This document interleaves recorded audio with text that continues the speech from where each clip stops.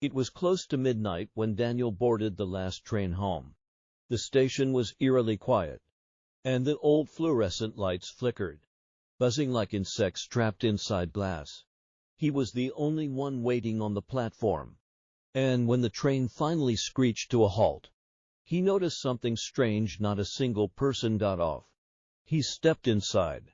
The carriage was empty, except for one man. He sat at the far end, dressed in a black suit, motionless, his face hidden under the shadow of his hat.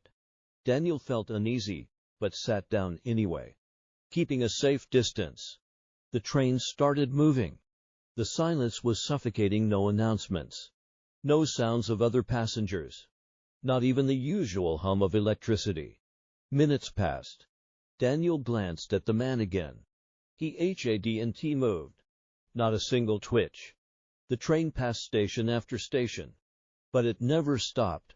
Windows blurred with darkness outside. No signs, no lights, as if they weren't in the city anymore. Daniel's phone had no signal. Finally, he stood up, forcing himself to break the silence. "Excuse me," he said nervously.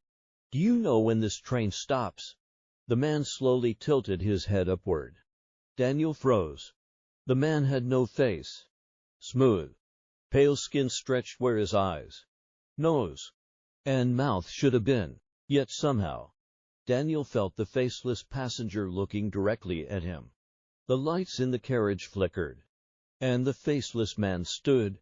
His body moved stiffly, unnaturally, like a marionette pulled by invisible strings. Step by step, he began walking toward Daniel. Panicking, Daniel rushed to the door, pressing the emergency button. Nothing happened. He banged on the glass, but the train kept going. Faster now, the screech of metal growing louder, unbearable. The faceless man was only a few feet away. Daniel could feel a horrible pressure inside his head, like whispers clawing at his skull. He stumbled back, screaming. Then total darkness. The train stopped. When Daniel opened his eyes, he was back at the station. Empty. Silent. The clock still showed midnight, but in his hand he clutched a crumpled train ticket. On the back, in shaky handwriting, were the words, "You are the next passenger."